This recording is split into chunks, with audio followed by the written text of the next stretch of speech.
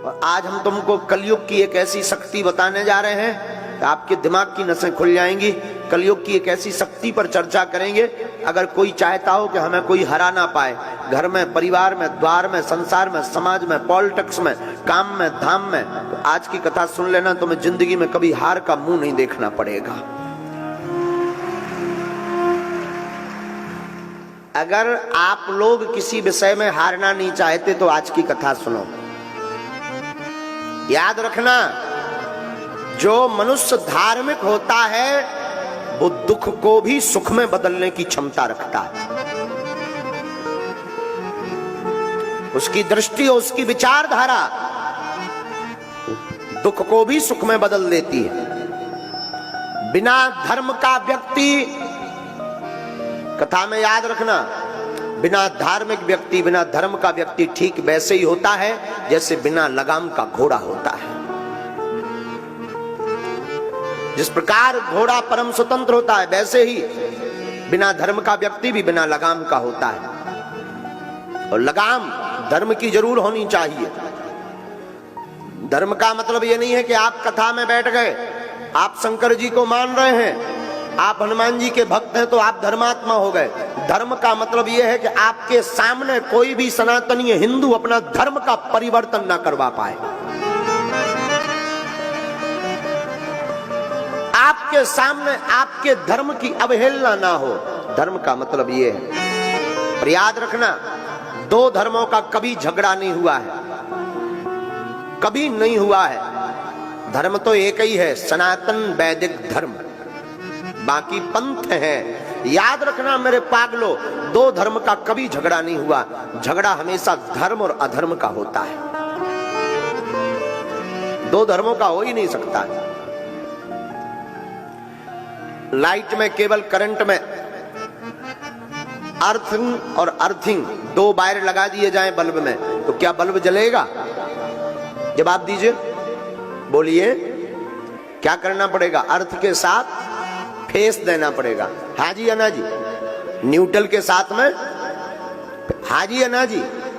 तभी जलेगा ना। वैसे ही दो धर्म की कभी लड़ाई नहीं होती, लड़ाई हमेशा धर्म और अधर्म की होती है। तो आज हम आपको जो सूत्र देने वाले हैं, तुम अपने कर्म से मत भटको। दुनिया आपके ऊपर क्या कर रही, आपसे क्या कह रही, मत घबराओ। एक महात्मा नदी में स्नान कर रहे थे। स्नान करते करते वो देखते हैं कि एक बिच्छू बहता हुआ चला जा रहा। महात्मा को लगा कि हमें बचाना चाहिए वरना ये मर जाएगा। महात्मा ने अपना हाथ लगाया, बहते हुए बिच्छू को हाथ पर रखा और फेंकने की तैयारी की तो उसने डंक मार दिया, काट दिया। महात्मा के हाथ से बिच्छू गिर गया। महात्मा ने हाथ फटकारा, फिर वो बिच्छू भागने लगा, बहने लगा। महात्मा ने फिर हाथ लगाया और हाथ पर रखा।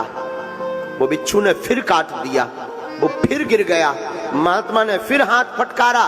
विदिन 50 बार बिच्छू ने काटा, हाथ नीला पड़ गया, जहर चढ़ गया, हाथ में सुन्नपन आने लगा। नदी के किनारे हमारे तुम्हारे जैसा कोई एक सज्जन खड़े हुए थे। उन्होंने कहा, ये बाबा पागल हो क्या तुम? तुम्हारी बुद्धि सठिया गई? वो काट रहा तो तुम उसे ही बचाने का प्रयास कर रहे हैं। ऐसे को मरने दो। क्या जरूरत है उसको बचाने की?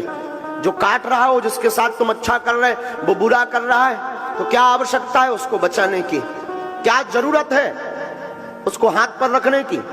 क्या आवश्यकता है? महात्मा ने मुस्कुरा कर कहा कि श्रीमान, बात तो तुमने बहुत अच्छी बोली पर यह सोच बहुत छोटी है।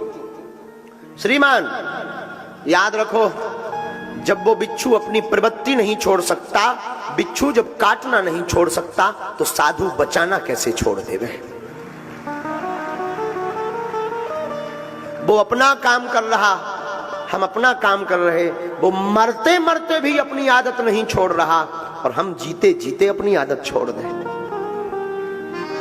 इसलिए मेरे पागलों, दुनिया का काम कहना है, उनको आदत पड़ी है कि तुमको कुछ ना कुछ वो बोलेंगे बोलेंगे बोलेंगे, लेकिन तुम्हारी जिम्मेवारी है दुनिया को बोलने दो, तुम डिगना नहीं, तुम बहकना नहीं, तुम अपने रास्ते पर बढ़ते कदम चले जाना, एक दिन मंजिल अवश्य मिल जाएगी। चाहे वो मंजिल परमात्मा को पाने की हो, या वो मंजिल आपकी जिंदगी की हो, या कोई पद पाने की मंजिल हो, या प्रतिष्ठा पाने की मंजिल हो, या भगवान को पाने की मंजिल हो, लोगों को कहने देना, लोग कहते रहेंगे, तुम बढ़ते जाना और एक दिन मंजिल पा जाओगे मेरे पागलों। आदत मत छोड़ना, लोगों के कहने पर तुम बहक मत जाना, लोगों को कहने पर तुम हट मत जाना। याद रखना, अहिंसा धर्म है, अहिंसा ना करो, बहुत अच्छा है, लेकिन धर्म पर कोई घात करे और चुप बैठो तो ये भी पाप है। धर्म पर कोई घात करे तब बोल देना चाहिए, ये भी धर्म है।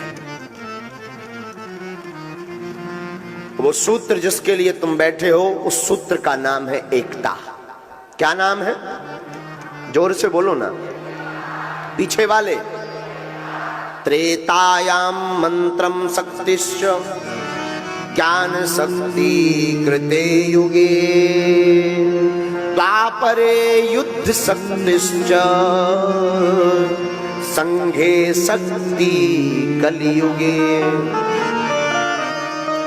त्रेता युग में मंत्र की शक्ति थी, सतयुग में ज्ञान की शक्ति थी।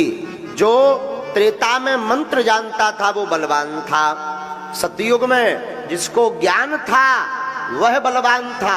पर द्वापरे युद्ध शक्तिश्च, द्वापर युग में जो युद्ध जीतने की कला जानता था वह बलवान था। लेकिन कलयुग में ये तीनों नहीं है, कलयुग में संघे शक्ति कलयुगे, कलयुग में एकता ही शक्ति है, वही बलवान है। जिसकी एकता वो बलवान। इसलिए साधुओं, एकता चाहे घर की हो, परिवार की हो, भाई भाई की एकता हो, या फिर समाज की एकता हो, अथवा हिंदुओं की एकता हो, जो एकता पर बल देता है उससे पूरी दुनिया हार जाती है। कलयुग का प्रभाव, कलयुग में जिसकी महिमा है वो एकता की।